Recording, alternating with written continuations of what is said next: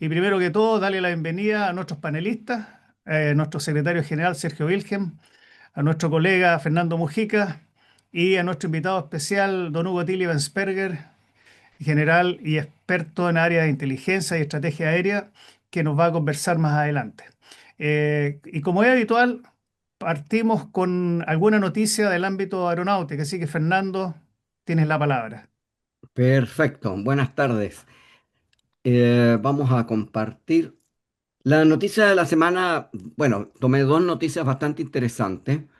La primera de ellas es el primer vuelo de un reabastecedor en vuelo no tripulado que está haciendo Boeing para la Marina de Estados Unidos. Es un concepto bastante interesante. Podemos ver aquí del video que salió. Se llama Stingray MQ-25 Alpha. Ahí ustedes, esta foto la puse básicamente para que vieran el tamaño del, eh, de este dron, pues, podemos decir que es un dron porque no es tripulado, y que básicamente es un reabastecedor aéreo. Y la idea de la Armada de Estados Unidos básicamente es que les permita tener en los portaaviones este tipo de reabastecedor sin tener que sacar aviones, eh, sacar aviones de combate perder aviones de combate para que sirvan de reabastecedores a los otros aviones de combate. Es una gran, es un aparato aéreo bastante interesante, muy interesante, yo creo que va a ser un cambio de paradigma para la gente de la Armada de Estados Unidos. Aquí está en su primer vuelo. Todos los primeros vuelos de los aviones y drones y todo se hacen con el tren de Dime, aterrizaje abajo Rubén, cuéntame. para evitar, para evitar problemas, Sí, ya me llamaron. para Después, evitar después que problemas se ocupe, puede ir para allá. eh, eh, eh, ¿cómo se llama? Con el tren y que no le vuelva a subir y perder el aparato que se está probando. Y esta es una imagen, cómo, cómo funcionaría, esta es una imagen recreada, obviamente, cómo funcionaría cuando ella esté operando full. Creo que es un tema muy, muy interesante y va a ser un avance para las, para las, para la Fuerza Aeronaval de Estados Unidos. Ahora, un tema interesante es que el, Estados Unidos, los aviones de la Marina utilizan el sistema de canastillo para, para reabastecerse en el aire y no el sistema que tiene la Fuerza Aérea de Estados Unidos, Vertiga. que el reabastecedor es el que se preocupa de conectarse. Oye, Son una dos pregunta, Fernando, ¿esto es escala 1 a 1? escala 1 a 1. Ya. ¿Y se sabe hasta cuántos aviones podría reabastecer? Pues se reabastece a través ¿cómo se llama? El drogue, que se llama, De de la ese, droga, drogue. claro. Yo creo que inicialmente, no creo que sea de a dos, porque es como se llama, del mismo tamaño de un avión. Por lo Sí, tanto, no podrían ponerse dos aviones uno al lado del otro. Pero es un tema realmente impactante. Yo creo que hay que seguir este desarrollo y va a estar bastante avanzado, digamos. interesante. La otra noticia de la semana es para demostrar, Airbus tiene una planta en Alabama, en Mobile, Alabama, una planta para producir aviones para Estados Unidos y además para América Latina. Los aviones Airbus que están produciendo Airbus para América Latina los va a producir en Estados Unidos. Le sale, hay un ahorro bastante grande, sobre todo para el traslado de los aviones una vez que estén fabricados. Le- es- se- Esta es la portada de la última revista Aviation Week. Y uno ve cómo estas son es la planta que tienen en estos momentos. Y cuando uno lo ve, esto de estar fabricando hasta tres aviones en paralelo es increíble. Ellos tienen intenciones de producir hasta 75 aviones al mes. Ese es su, su, su meta de venta, obviamente, digamos. Y creo que es es una una gran apuesta y una gran competencia para Boeing. Eh, Uno de los usuarios más importantes es JetBlue en Estados Unidos. Y que es un tema bastante interesante esto de que los europeos se hayan ido a instalar dentro de Estados Unidos. Porque además les permite vender sin el Puestos, problema sí. del arancel. Pues, Esta era la planta que partió en Mobile con una con con una sola línea de producción el año 2015 y ahora está la línea anterior y ahí hay otras dos líneas por lo menos de producción. Es increíble. Aquí abajo, siempre para poder ver, aquí abajo se ven los aviones, para poder ver el tamaño de la planta, digamos. Es gigante. Pasaron de una línea de producción de A320neo a líneas de producción de A320neo y además de A220. El A220 es un producto o sea, creado por Bombardier en Canadá, que son los aviones Bombardier. Intentó entrar en este mercado, pero se dio cuenta que necesitaba mucho más cosas y vendió su licencia a Airbus. Y esos son los Airbus A220, que son aviones bastante más pequeños, pero que son también para tramos más cortos, digamos. Estas son las noticias Fernando, que aparecieron, ¿sí? ¿esta es una planta de montaje solamente o tiene producción y montaje? Es producción también, obviamente de montaje, porque obviamente seguramente igual como lo hacen en Europa, mueven algunas cosas, las hacen en Europa y ahí deben haber muchas otras cosas que las hacen en Estados Unidos. De partida seguramente los motores obviamente son todos estadounidenses. Aun una cuando, buena No, sí. pregunta. Es que lo que ocurre es que en el fondo, en temas de estructura, la estructura que vimos ahí, la foto, es montaje. En el fondo traen las secciones de alguna parte y las van incorporando en esa línea de producción que tú nos mostraste ahí.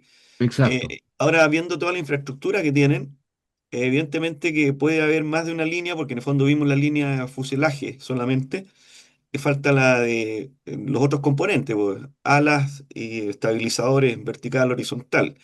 Entonces, todo eso se hace en talleres de subconjunto y sí. se llevan a estas plantas de montaje y se arman posteriormente, ¿ya?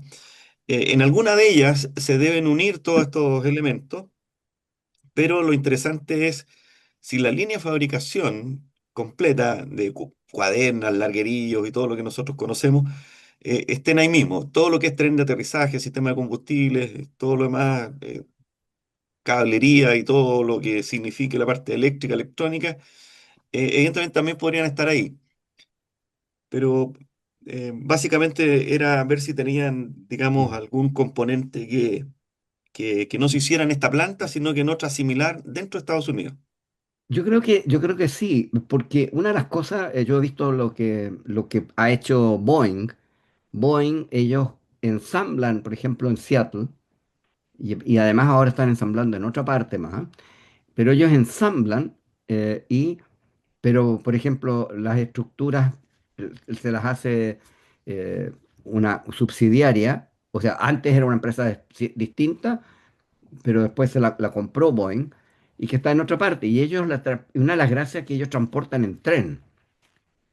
Incluso hay una foto bastante conocida cuando un tren con 6 fuselajes de 737 se desbarrancó y cayeron los fuselajes al río.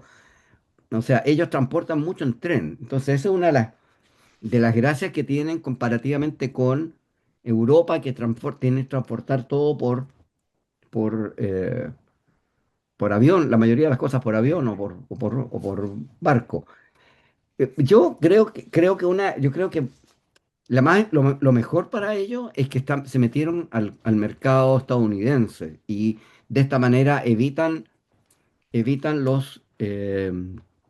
¿Puesto dices tú? las presiones del gobierno, digamos, con Los aranceles. los aranceles. Sí, Exacto. Les permite saltarse los aranceles y vender más barato en Estados Unidos. Sí. Así exactamente. es. Y competir ahí con Boeing. Mm. Tema no Fernando, menor. si me Dime. permites hacer un pequeño aporte a tu Sí, por presentación, que encuentro supuesto. muy interesante la noticia, especialmente la del MQ-25.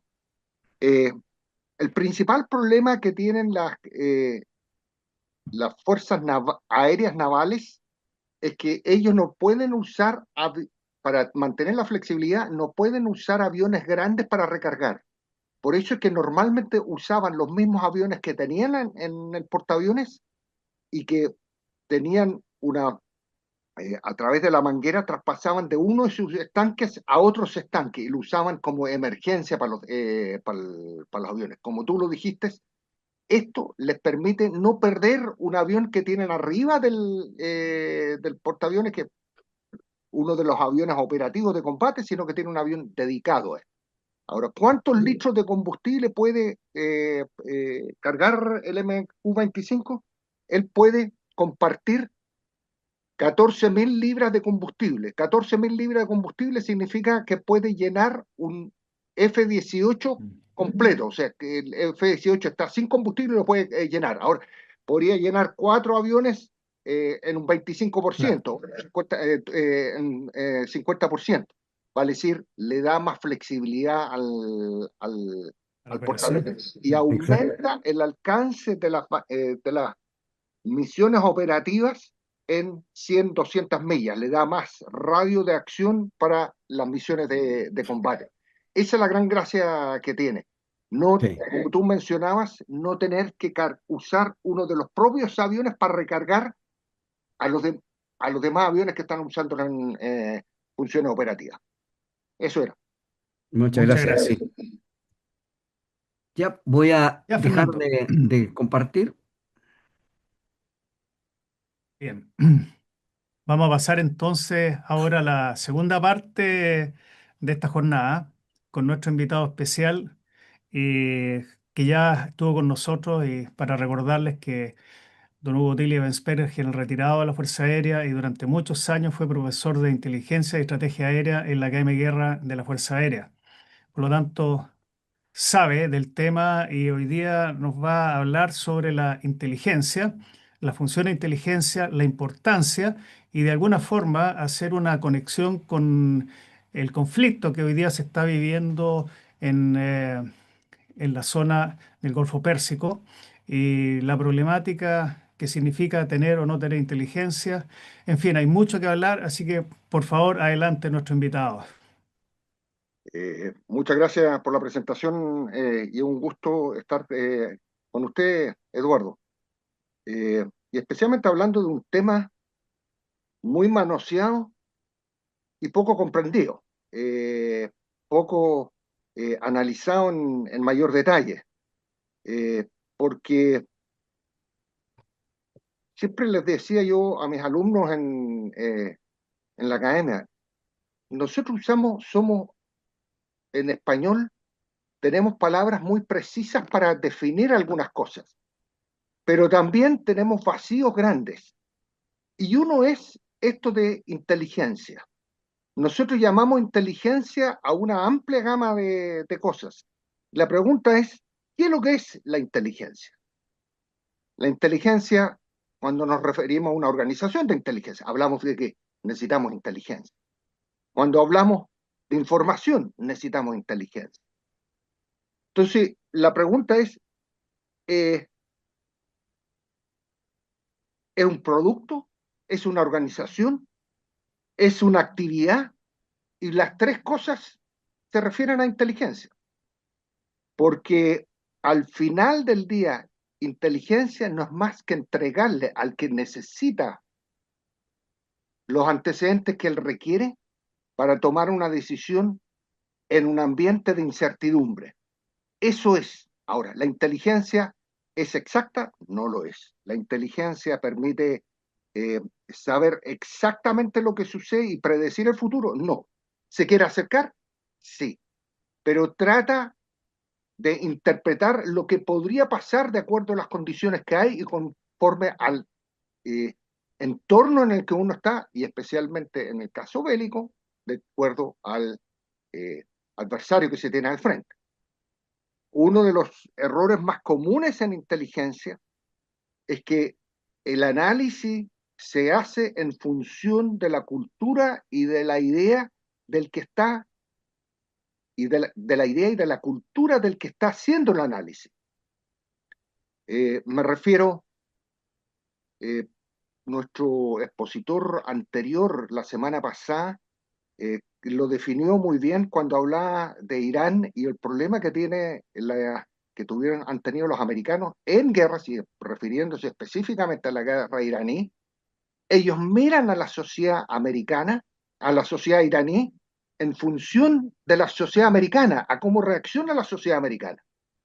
Y la primera cosa que uno tiene que tener presente en inteligencia, que uno tiene que, al hacer el análisis, uno hace el análisis del adversario que uno tiene al frente, pero uno lo tiene que hacer en función de su forma de pensar, de su cultura.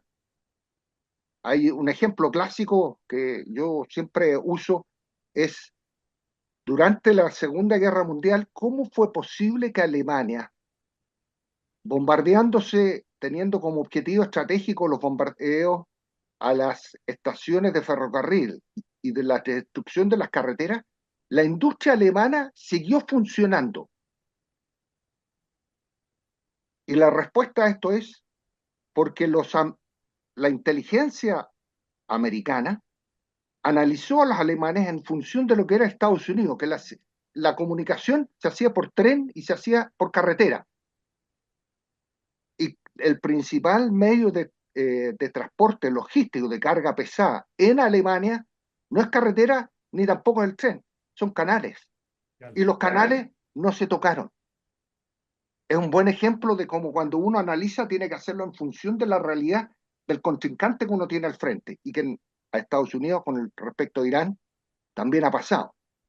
Y pasó especialmente en el sistema, pensando que el que toma las grandes decisiones es el presidente de Estados Unidos y es su líder, y que no tienen un sistema pensando que si yo elimino al presidente y elimino al grupo director, yo puedo hacer caer el sistema.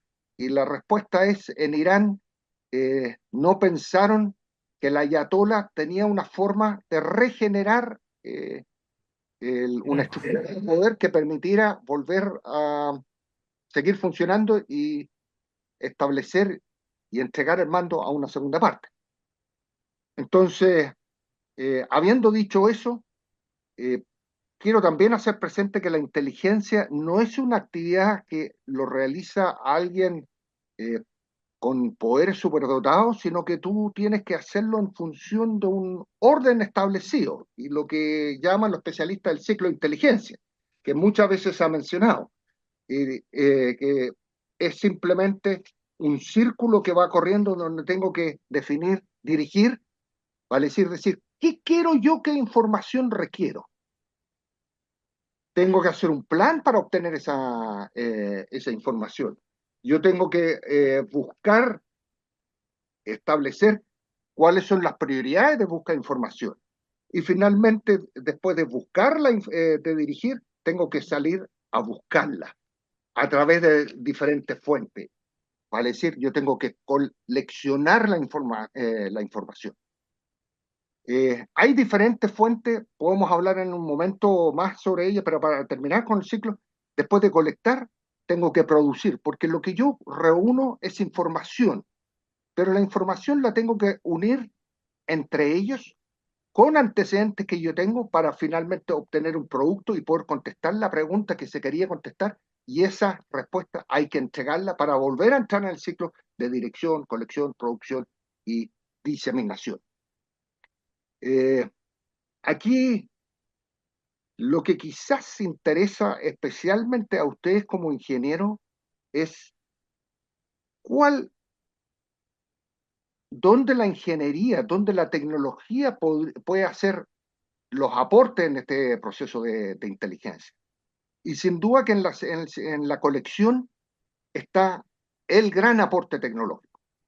Hace 300 años atrás, mucha de la colección tenía que ser hecha por hombres. Alguien tenía que salir a terreno a buscarlo. La tarea de la caballería era ir a buscar dónde está el enemigo y conocer sus posiciones, conocer sus despliegues. Se tenía que tener agentes, infiltrarlos en los países enemigos. Se tenía que ir a buscar visualmente dónde podían estar sus principales instalaciones. Hoy día la tecnología eso lo permite hacer. Si nosotros pensamos hoy día en los sistemas de colección que hay, comunicaciones a distancia, imágenes de todo tipo, desde el espacio hasta por aviones, colección radárica, de información radárica también desde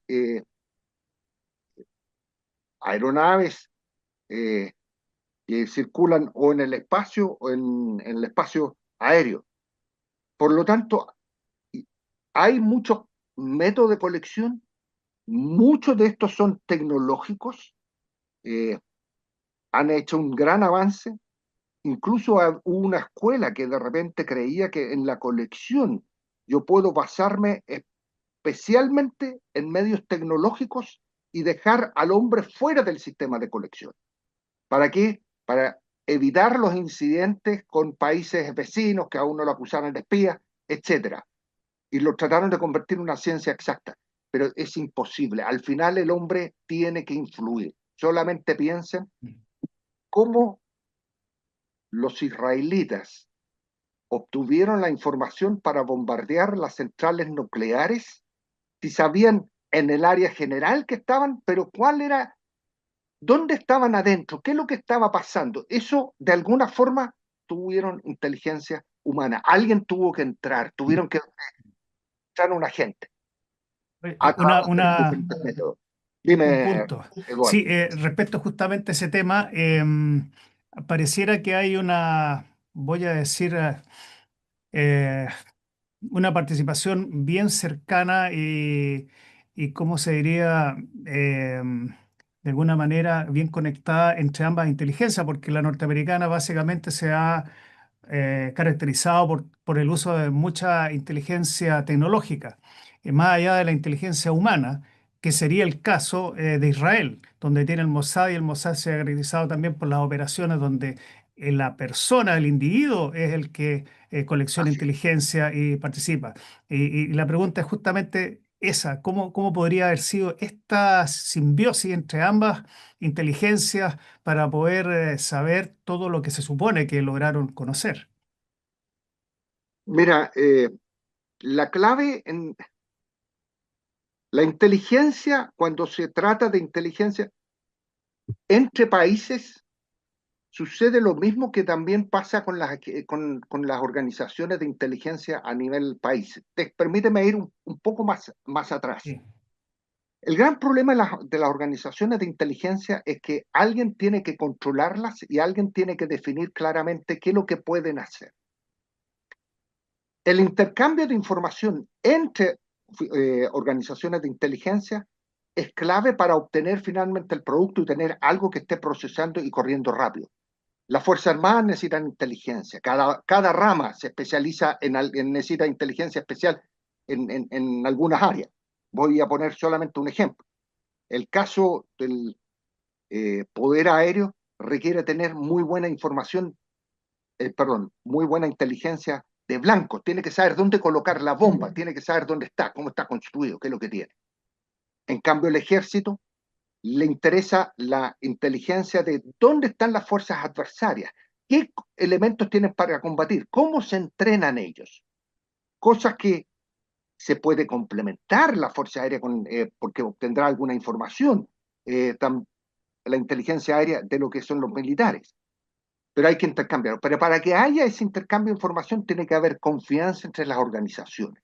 Y esa confianza, yo siempre digo, la confianza se crea a través de un largo camino de andar en conjunto y de cumplir compromisos adquiridos en forma mutua. Cuando uno rompe una vez ese compromiso, significa que la confianza se rompe. Si eso es de repente difícil, y nosotros lo vemos en las noticias entre carabineros y la policía de investigación, imagínense lo que esto significa a nivel países. Uno tiene que tener cuidado qué es lo que voy a compartir con alguien. Le voy a compartir cómo lo obtuve, dónde lo obtuve, la información se la puedo compartir. Nadie va a preguntar de dónde lo obtuvieron, cómo la obtuvieron. Y van a haber también ciertas normas que no permiten hacer preguntas más allá de un límite o entregar datos más allá de un límite. Contestando ahora directamente tu pregunta, en ese ambiente hay que entender que las relaciones entre la inteligencia americana y la inteligencia israelí deben ser muy estrechas y ese largo camino recorrido y de compromisos cumplidos viene desde la época de la guerra del 67, incluso de la guerra de independencia, y no se ha roto. Entonces, no me cabe la menor duda que gran parte de la inteligencia eh, tecnológica, imágenes, análisis de las imágenes, fue inteligencia obtenida a través de los sistemas americanos, aunque Israel también los tiene. Pero finalmente el dato pequeño de los horarios de trabajo, de cómo funcionan en terreno, quiénes son la gente que opera, quiénes son los que vienen, por qué estarán en esta instalación enriqueciendo uranio, de dónde obtengo la información. Es información que se debe haber obtenido a través de agentes. ¿Agentes como qué? Simplemente un aseador que va a trabajar en limpiar en los sectores, que observa, que entrega información. Y creo que en eso los israelitas definitivamente son mucho más hábiles que los Estados Unidos. Ahora, no hay que menospreciar la inteligencia americana tampoco. Solamente pensemos nosotros lo que pasó hace 3 meses atrás.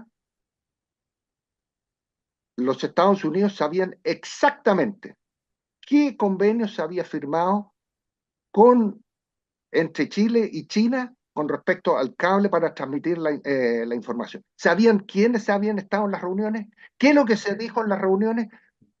¿Qué compromisos se tomaron? Yes. Y nosotros nos sorprendimos. Significa que la inteligencia humana Sigue americana funcionando. tampoco no hay que despreciarla, pero hay que ver cómo trabajan en conjunto en diferentes niveles y se entregan información. Porque cada organización finalmente lo que ella tiene que ser capaz de compartirlos con otros. Lo que yo decía, la confianza parte en estructurar un sistema de inteligencia que integre en cada país las organizaciones de inteligencia que proveen eh, la información para hacer inteligencia y poder intercambiarla.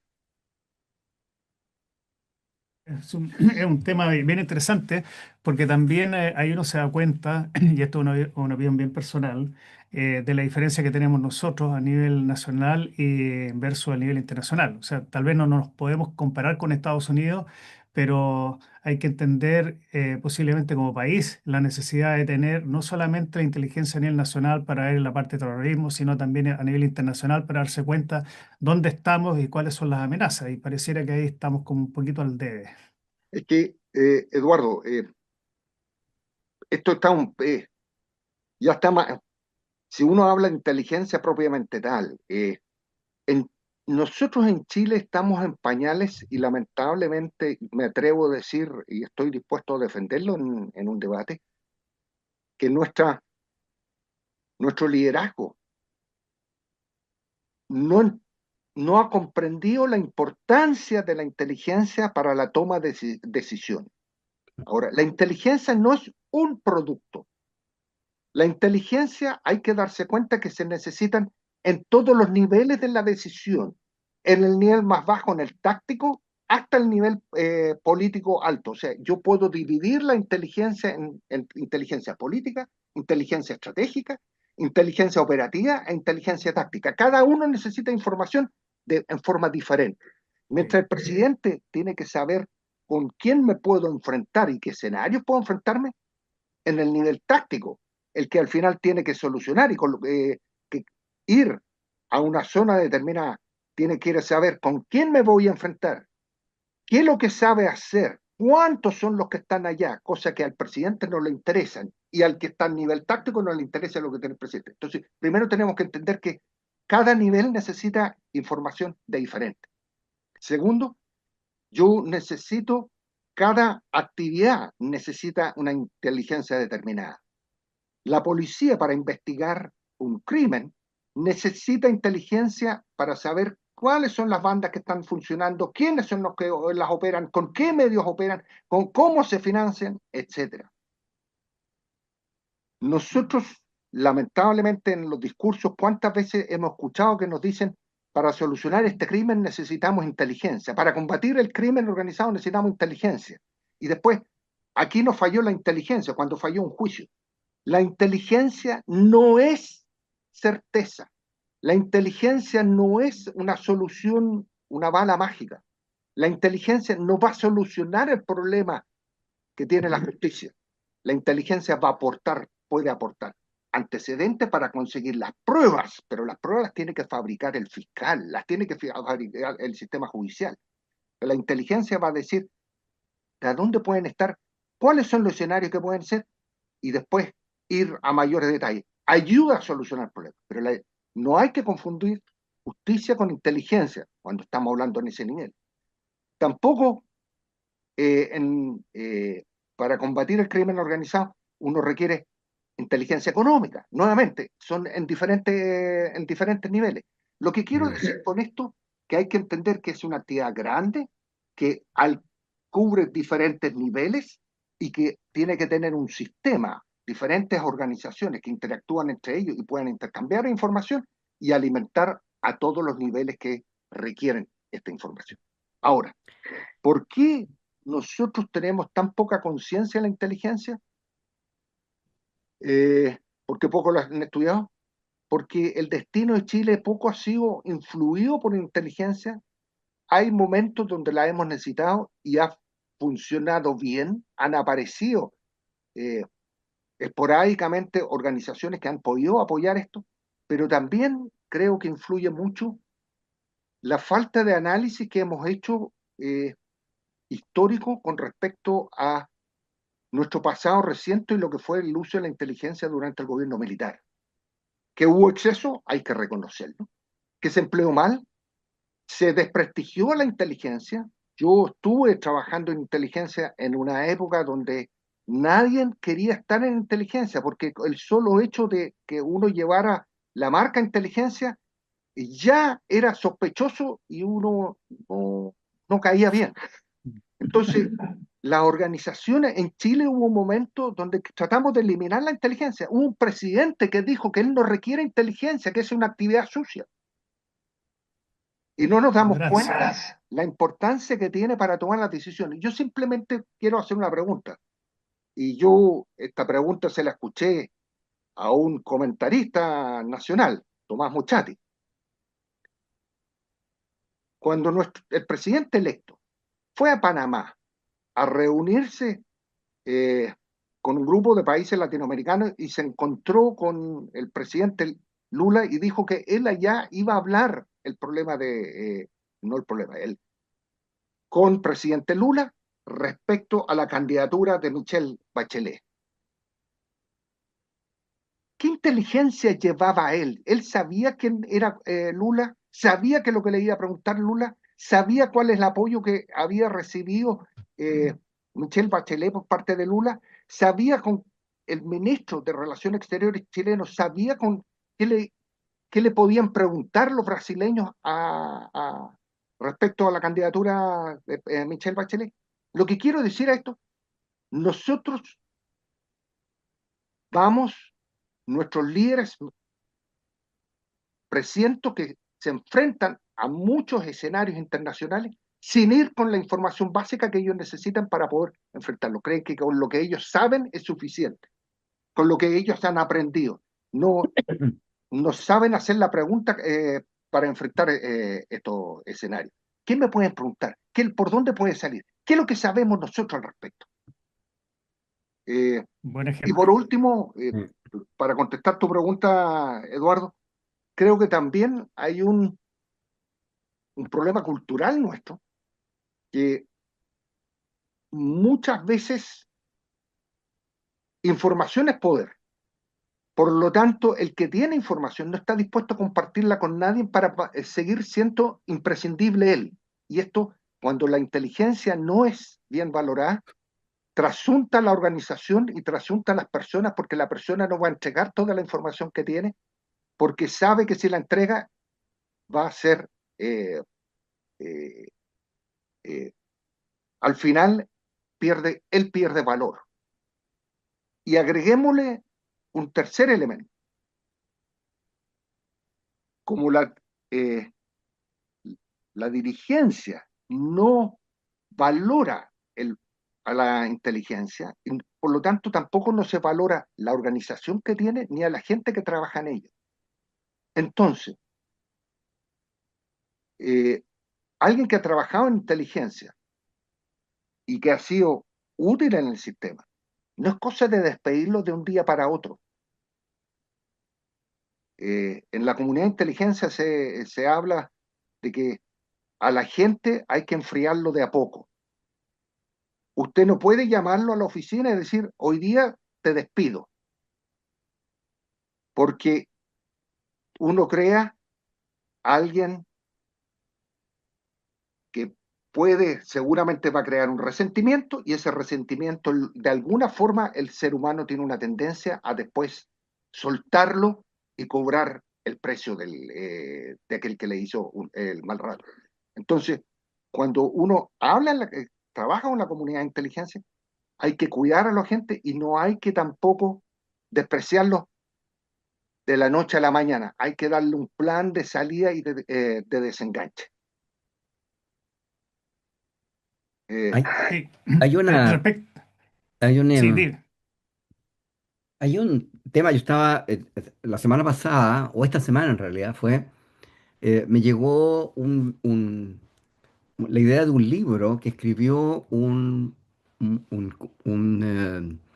diplomático chileno, Demetrio Infante. El libro se llama Confidencias Limeñas, Charaña, Espionaje y algo más. Es un libro bastante bueno. Este señor Infante trabajó mucho tiempo en la Cancillería y fue el quien sucedió en la embajada en Lima a don Francisco Bulnes después de los problemas que tuvimos el año 79, 78, 79. Y él en este libro habla mucho de lo que tú dices, Hugo. O sea, de toda la trama. Es muy entretenido el libro. Lo compré por Amazon. Es muy entretenido porque él va armando todo lo que tú estás diciendo. Y aquí el tema de la diplomacia tiene mucho que decir en esto. Si no, no. Hay un tema que en la Guerra del Pacífico Alberto Vélez Gana fue uno de los que armaron el tema durante la Guerra del Pacífico allá en Francia y logró tema de inteligencia. la inteligencia ya y lograron incluso boicotear compras por parte de Perú y de Bolivia durante la guerra. Entonces, es súper importante que este tema de la inteligencia, como tú señalas, no solamente estén incorporado a la gente que, entre comillas, está en los organismos de inteligencia, sino que también, ¿cómo se llama? Con los diplomáticos. Bueno, es un tema bien interesante, digamos. Mira, la inteligencia, en el fondo, la inteligencia es como intentan hacerlo en los estados mayores militares. Es una actividad más que tiene que integrarse en la organización de finanzas, en la organización operativa, en la organización logística, a fin de poder actuar en forma armoniosa en el ambiente que está. Porque ¿cuál es el aporte que da la inteligencia? El ambiente al que me voy a enfrentar, con quién me voy a enfrentar, cuáles son los problemas que me podría enfrentar, cuál es la seguridad, el nivel de seguridad que yo necesito, para quién, para que actúen la gente de operaciones de seguridad para reaccionar, la logística para poder actuar. Y tú tienes toda la razón, y tú tocaste un buen ejemplo.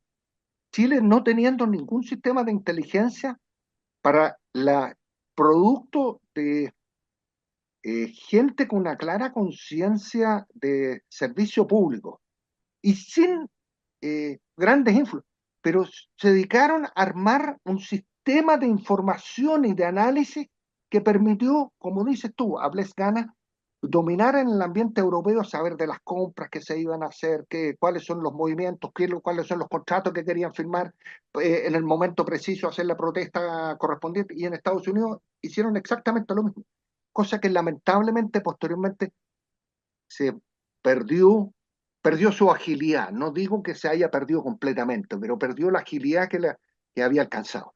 Y después nunca más la reconstruimos.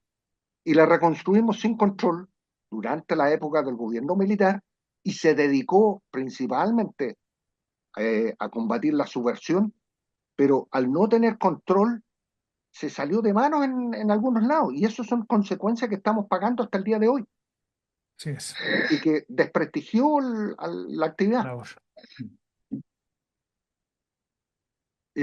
Ahora, por ejemplo, tengo, espero que la nueva ley de inteligencia permita mirarlo con, eh,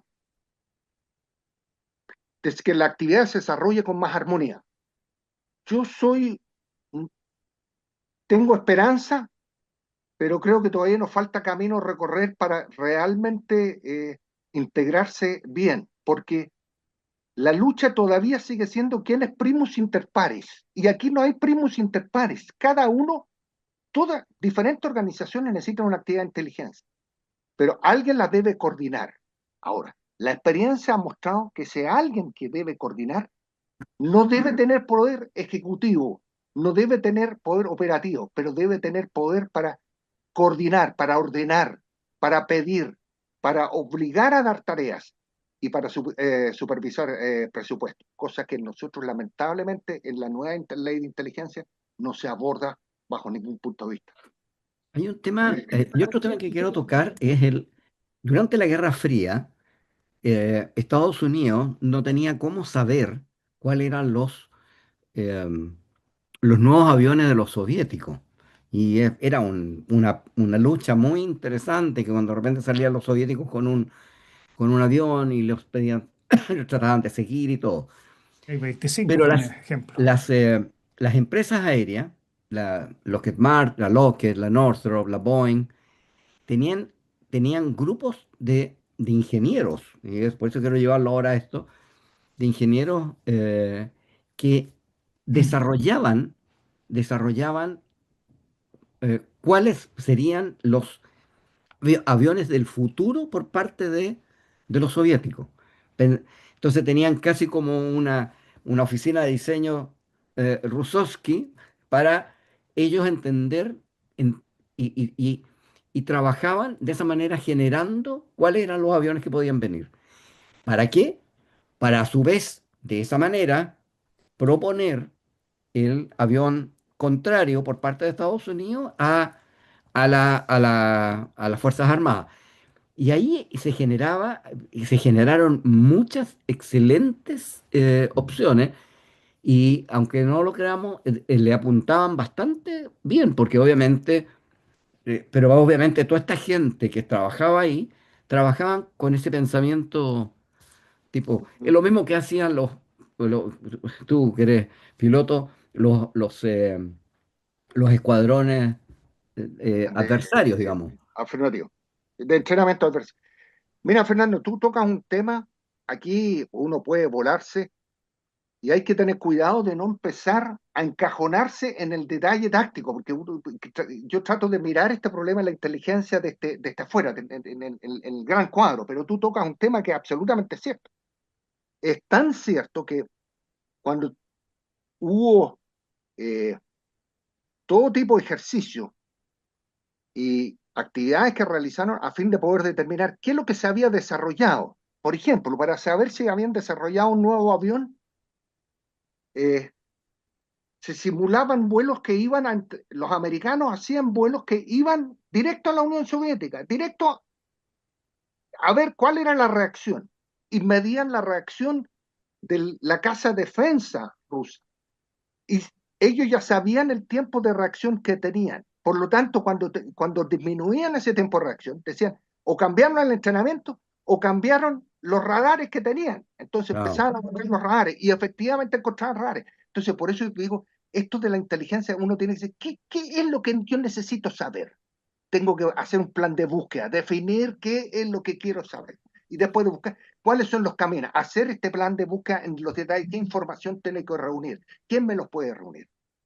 Yo, si ustedes me permiten, para volver un poco a la parte de tecnología, desde el campo que yo vengo, de la aviación, uno de los grandes aportes de la aviación fue poder sacar fotografías aéreas. Después con el satélite ya le quitamos el techo a la fotografía. Pero con la fotografía aérea permitió empezar a mirar a larga distancia lo que estaba pasando más allá. Y después la tecnología permitió que sacáramos eh, máquinas cada vez con mejor resolución y más precisas para poder determinar.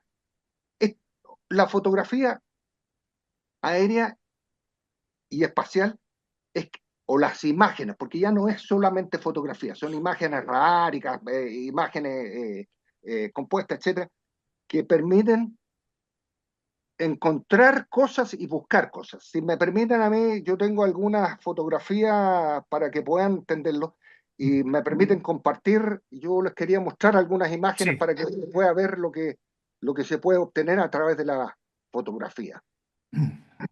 Eh, quiero, tengo aquí algunos ejemplos que quería compartir con ustedes. Eh, pueden, sí. Yo creo que ahí ya, abajo, ok. me permitieron compartir el, Sí. Abajo estoy el en botón share, derecho de compartir, me, abajo a me la dieron derecha. la autorización, share Sí. screen, ya, Share screen. ya.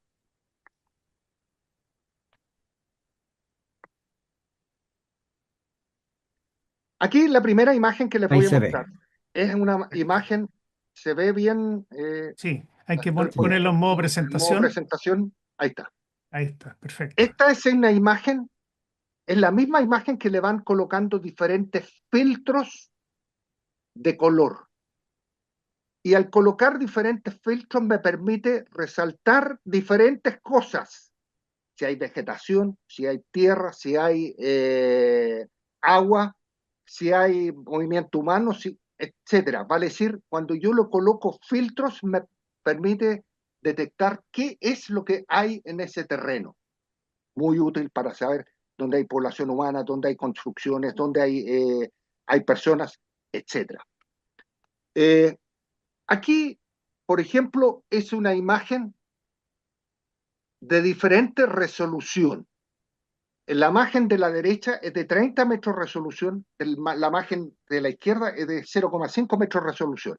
Mientras más baja la resolución, más grande y con más detalles se ve lo que existe. Vale decir, yo mientras tenga una resolución más baja, de 0,5 metros, yo puedo ver una imagen y podría yo reconocer y diferenciar un camión de un auto. Yo puedo diferenciar el tipo de aviones, si es un avión de transporte o un avión de combate el que está. E incluso entre aviones de combate, yo puedo diferenciar un Mirage de un F-5. Quizás entre dos tipos de Mirage que tienen formas muy parecidas, no puedo entrar al detalle. Ya tendría que entrar con una resolución más baja. Pero con resoluciones de 10 metros no alcanzo a ver los detalles. Ahora, la multiespectral es que yo detecto, le puedo colocar diferentes colores para reconocer diferentes cosas. Si nosotros vemos aquí una imagen radárica que está al lado izquierdo y al lado derecho una imagen aérea de día, tal como lo vería el ojo, uno puede darse cuenta que de noche, incluso a través de las nubes, nosotros podemos detectar exactamente dónde hay población, qué es lo que hay debajo donde estamos. Fotografía, nuevamente tomado distancia. Aquí hay una imagen radárica de lo que es el edificio del Pentágono, tomado por satélite. Aquí nosotros vemos Chuquicamata, una imagen de Chuquicamata, que uno puede empezar a detectar los estanques y puede agrandarlo y puede empezar a ver detalles. Aquí nosotros vemos una imagen de nuestra moneda, que no tiene, esta imagen no tiene gran resolución, pero me permite agrandar y poder reconocer una parte de lo que es la moneda. Si a esto, hoy día, las imágenes que están además asociadas a GPS, puedo tener exactamente las coordenadas de cada uno de los puestos. Vale decir, yo tengo con precisión poder saber dónde están. Yo puedo colocar una bomba de precisión. Si no tengo esa imagen y no tengo esas coordenadas, no sé dónde colocar la bomba. Vale decir, esto me va combinando y me permite cada vez con más precisión detectar qué es lo que tenemos nosotros al frente. Aquí hay un ejemplo útil, cómo yo puedo controlar la deforestación a través de imágenes. Una foto tomada en enero el 2 de enero del 2015 en un cuadrado determinado y mírenlo tomado unos meses posterior. Uno se da cuenta que están deforestando y se están cortando árboles. ¿Por qué? Porque hay sequía, la gente necesita simplemente cortar los árboles porque necesita una fuente de energía. Aquí tenemos de Hong Kong, para poder diferenciar lo que son áreas urbanas de lo que es áreas, ¿cómo se llama? Sin construcciones. Y vemos lo densamente que está poblado. Aquí nosotros una foto radárica tomada en el desierto en Egipto, en el valle de los muertos, donde uno a través de imágenes radáricas se da cuenta dónde hay tumbas y dónde hubo construcciones y qué cosas los arqueólogos pueden seguir explotando. Esto es una imagen de Puerto Cabello en Venezuela del 2012. Miren ustedes la cantidad de contenedores que hay en los diques. Si dejamos pasar el tiempo y tomamos esa misma imagen del 2015, observen cómo están, cuántos contenedores hay en los diques. ¿Qué es lo que me dice desde el punto de vista de inteligencia? ¿Qué es lo que me dice de actividad económica? Que el país está en quiebra, que no tiene comercio exterior, que no están llegando barcos. Si no llegan barcos, yo simplemente puedo empezar a calcular. Aquí son elementos básicos para empezar a calcular en cuánto debe haber caído el PIB de este país. Si yo comparo esa importación que tenían hace 2 años atrás con la que yo veo actualmente. O sea, cuando uno quiere tener pruebas de la actividad económica, estas son. No son solamente las cifras que a uno le entregan, eh, eh, que le entregan. Eso es lo que yo quería compartir con ustedes para que vieran cómo la tecnología me ayuda a reunir información de diferentes espectros y cómo eso se puede usar en el plano militar y también en el plano civil e incluso en actividades de control de incendios, control de bosque, etcétera, etcétera. Perfecto. Yo tengo un par de temas y preguntas también respecto al ámbito de inteligencia en el actual conflicto. Adelante. Eh, Hemos visto dos cosas. Uno, que da la impresión de que no fue bien advertido o falló la apreciación respecto a la, voy a decir, voluntad del régimen de Irán en cerrar el estrecho de Hormuz, con las consecuencias que estamos viviendo todos en el mundo. Sobre todo todos los países que utilizan energía básicamente que proviene del petróleo.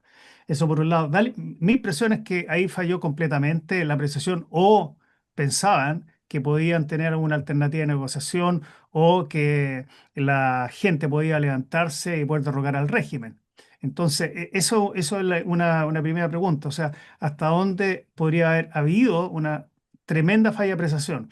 Eso por un lado. Y por el otro, está el uso de misiles y de drones que da la impresión también, y eso es lo que se puede interpretar, de que nunca se imaginaron la cantidad de elementos que tenían, ni la, voy a decir, la capacidad de producción también de ellos, porque hemos visto de que el uso de los drones ha sido ya de un uso bastante generoso, es decir, yo creo que nadie se lo imaginó. Y con el peligro que hoy día representa para la flota norteamericana que está en el estrecho porque hoy día, y aquí pensando un poco en el aspecto tecnológico, con un drone que cuesta $50.000, más o menos entre 35, 40, hasta $60.000, o sea, podrían y están en condiciones de atacar buques que cuestan billones y muchos millones de dólares. Y la tecnología me refiero a lo siguiente, porque se puede predecir la ubicación de un destructor de un navío en 1 hora o 2 horas y hoy día la tecnología permitiría implementar sistemas ya sea de tipo GPS o también de reconocimiento fotográfico, donde se puede distinguir la silueta y puede en algún momento determinado el dron ir directamente a la nave. Eh, la pregunta es respecto a estos dos temas. ¿Cuál es la interpretación respecto al- a la falla eventual o no falla o algún problema en haber advertido esta condición? A ver, vamos por partes. Yo lo dije, me gustaría repetirlo, siempre tener presente. La inteligencia te habla del escenario, te dice a qué te vas a enfrentar, pero no puede predecir con seguridad el futuro. Ujú, Eh, Me puedo acercar, puedo hacer una apuesta y decir, es muy probable que esto pase, pero nunca va a ser certeza. Ahora, aquel que recibe la información, sin duda que quiere certeza. Y aquí primer error que muchas veces sucede, o la inteligencia le empieza a decir a los líderes o aquellos que entregan la información de inteligencia, le dicen a los líderes lo que los líderes quieren escuchar para poder seguir creciendo. Es un error típico que pasa en los sistemas. Y mientras más autocráticos sean las organizaciones, eh, con más razón van a entregarle al líder lo que el líder quiere escuchar. ¿Está? ¿Por qué la inteligencia alemana no fue, no fue tan precisa, no tuvo tanto eh, éxito de predicción frente a una inteligencia británica en la Segunda Guerra Mundial? Porque el sistema político alemán, si uno le decía, era que había que decirle a los jefes lo que los jefes querían escuchar, por no honrosas excepciones. Bueno, entonces influye mucho la personalidad de cómo está creado el sistema.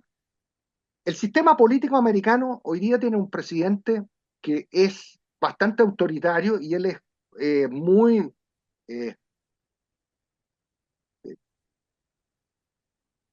dueño de las verdades, si me permiten usar esos términos coloquiales para explicarlo. Yo creo que la inteligencia le dijo desde un principio que si somos capaces eh, de, de descabezar a la Fuerza Armada, los sistemas de toma de decisiones y ojalá también al ayatollah, el sistema se derrumbaría, porque en cualquier país se derrumba. Normalmente se derrumba por un tiempo determinado. Yo voy a poner y voy a hacer aquí un salto cuántico en el tiempo y también en el lugar. ¿Qué pasó en Chile para el terremoto el febrero del 2010? Cuando se cortaron las comunicaciones, hay un momento en donde el país se paralizó, donde el país tuvo un shock, donde tuvo una parálisis. Nadie tomaba decisiones. Todo el mundo estaba esperando que el presidente dijera algo, pero el presidente no se puede comunicar, que no hay información, etc.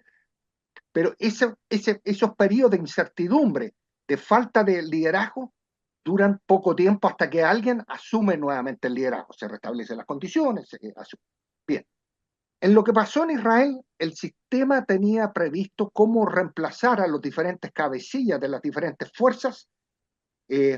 Lo tenía previsto porque principalmente funcionaba mucho en base a un sistema de células, no una organización vertical como nosotros estamos acostumbrados, sino que son células que van interactuando y van trabajando en diferentes niveles. Eso les permitió recuperarse con bastante rapidez. Ahora, aquí el que debe haber hecho la exposición y en el plan estratégico, dijeron, mire, vamos a producir una parálisis estratégica y al mismo tiempo, como hay descontento, es posible que el pueblo se levante. Y yo creo que aquí pensaron en forma americana y también en forma israelí, que dijeron, el pueblo se va a levantar porque hay descontento, porque el jefe no lo va a poder mantener. Pero no pensaron que esta gente, Irán, ya está acostumbrado a vivir en un régimen opresor. Sí. Es como el nacionalsocialismo en Alemania. ¿Quién se iba a oponer a Hitler? ¿Esperaban que los alemanes se levantaran en contra del régimen nacionalsocialista a través de protestas? Eso es posible en Estados Unidos, eso es posible en Francia, eso es posible en Alemania, pero no en Irán.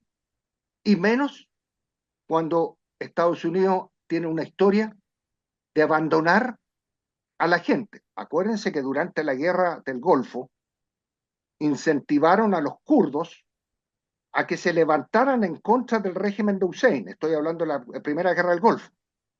Y cuando ellos efectivamente tomaron en serio las palabras y se levantaron, y Hussein fue y los atacó con gases y hizo una tremenda represión, Estados Unidos no actuó. Schwarzkopf incentivó y mencionó que quería actuar y que era el momento de actuar, y Schwarzkopf fue depuesto. Entonces tenemos que acordarnos qué mensaje recibieron aquí los iraníes. Se iba a levantar a alguien contra un régimen que ya con mucha facilidad había prácticamente a 600 mujeres habían muerto en las protestas que tenían, y los europeos no hicieron nada y los americanos no hicieron nada y lo iban a hacer ahora. Entonces fallar. Hay que saber leer la otra mente. Ahora vamos a la segunda parte del estrecho de Hormuz. Yo creo que Irán iba a cerrar el estrecho de Hormuz, yo creo que se tenía previsto, pero si ellos cerraban el estrecho de Hormuz también se disparaban a los pies ellos mismos. Entonces aquí, en una sociedad americana que funciona en base al control del presupuesto, dicen no lo van a hacer, pero el iraní no es Estados Unidos, no funcionan en base al control del presupuesto. Ellos están dispuestos a pasar hambre porque están acostumbrados a exigirle sacrificio al pueblo. Por lo tanto, que su economía iba a sufrir con esto también, bueno, vamos a dejar pasar algunos buques para nuestros aliados y que nos van a pagar caro. Seguramente lo deben haber pensado así. Hoy día se dio vuelta. Estados Unidos está dejando pasar lo que ellos quieren y no está dejando pasar a ninguno de los iraníes. Todo lo que son bloqueos resultan, perduran muchos años. Inglaterra necesitó 4 años en la Primera Guerra Mundial para, a través del bloqueo, llevar a las rodillas al régimen del alemán durante la Primera Guerra Mundial. El bloqueo de Cuba todavía no es capaz de hacer caer al régimen cubano. Entonces los bloqueos, sí, pueden resultar, pero también no son un éxito seguro. Asegurado. Ahora, desde el punto de vista del uso de la fuerza, que es lo que les queda a los iraníes, tú bien lo decías, Eduardo, le queda los drones y algunos misiles, porque el resto de los misiles ya los gastaron y no van a poder construir más misiles en las condiciones que están. Ahora, que los drones en forma masiva pueden causar algún daño, sí, pero que un dron sea la causa de destrucción de un destructor es muy poco probable, no puedo decir que no, pero no lo va a hacer. A un portaaviones menos todavía, porque el portaaviones tiene todo un anillo de buques que están Seguridad y de defensa. seguridad alrededor de él. Ahora, el dron es un elemento barato para obligar al otro a usar armas muy caras.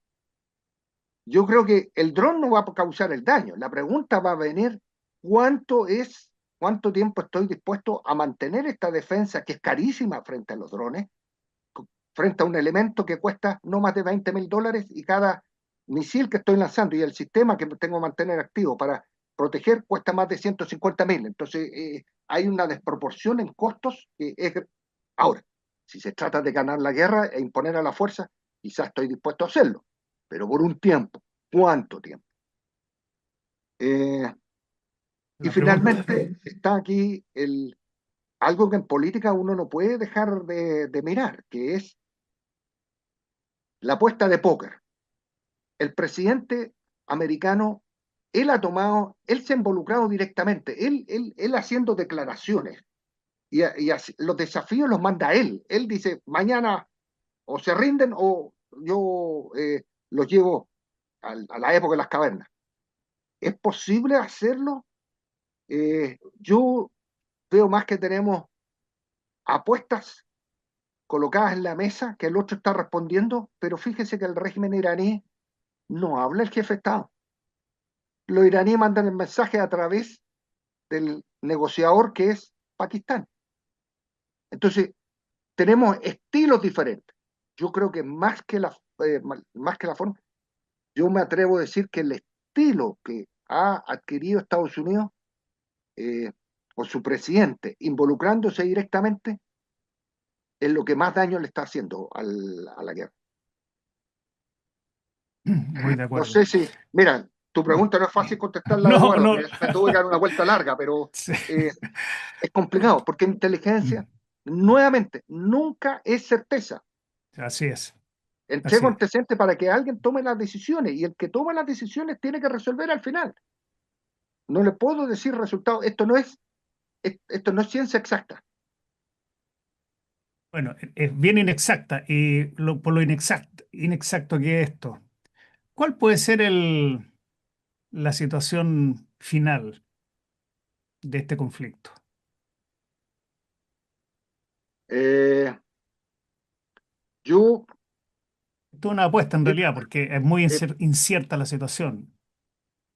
yo creo que Irán va a tratar de hacerle lo más cara posible la victoria eh, a, a Estados Unidos. Eh, eh, eh, y Estados Unidos hay que ver quién tiene más fuerza.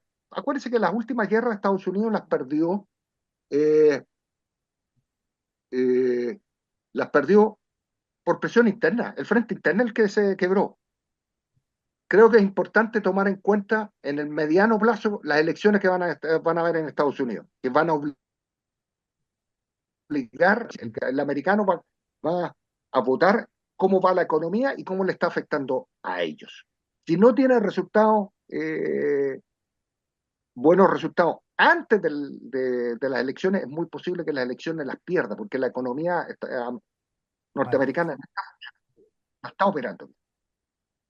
Eh, por lo tanto, en el corto plazo, hay posibilidades que Estados Unidos vuelva a pegar un golpe fuerte esperando que los iraníes hagan algo. Los iraníes están jugando a extender esto el más tiempo posible para que las elecciones hagan un efecto.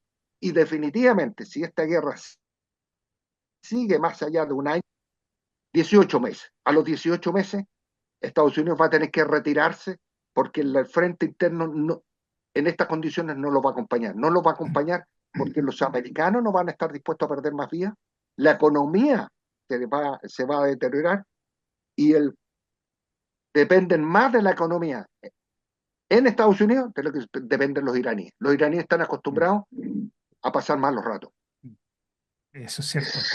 Y hay un tema, perdón, que es no menor y que es la moral de la gente, porque una cosa es haber estado destacado por un par de meses en la zona sudamericana y otra cosa estar que podría ser llegar un año o más en la zona del Golfo Pérsico.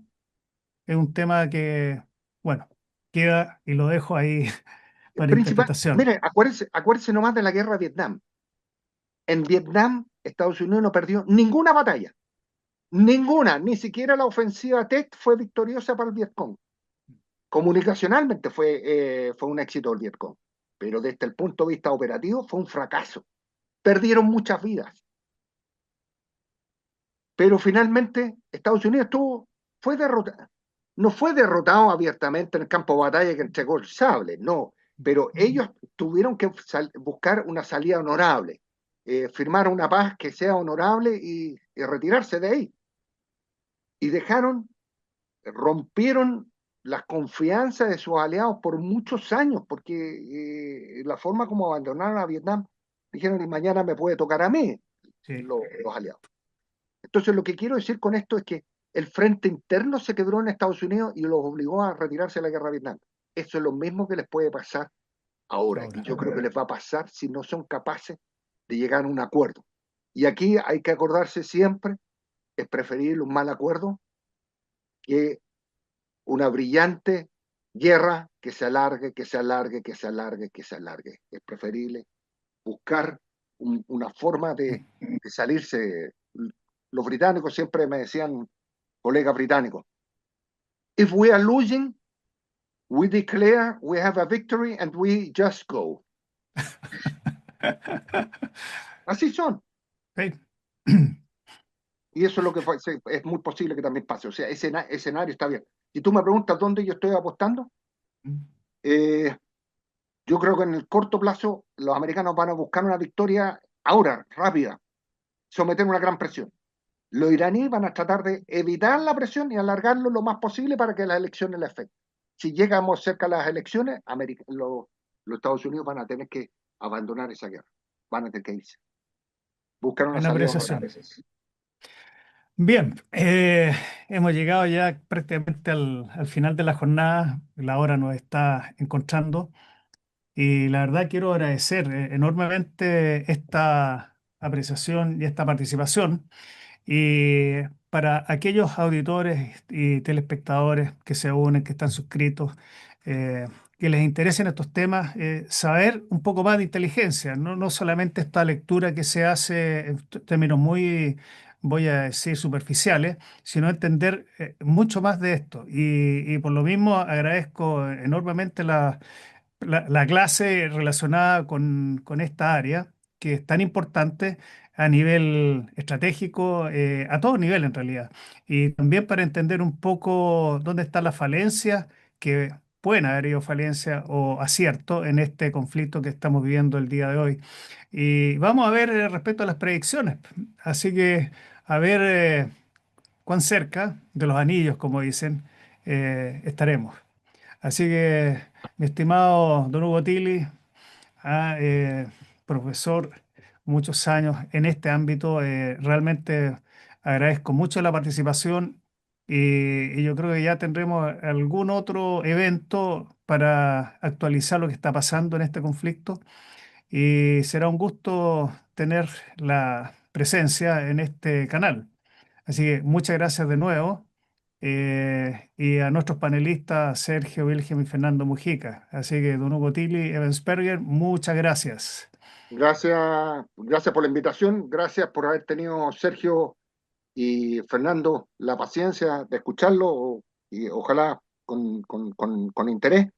Y Sí. siempre estoy dispuesto a apoyarlo. Permíteme, antes de irnos, eh, tratemos no nos olvidemos y no tratemos de convertir esto en una guerra de lo que debería ser, sino que hay que mirarlo dónde estamos.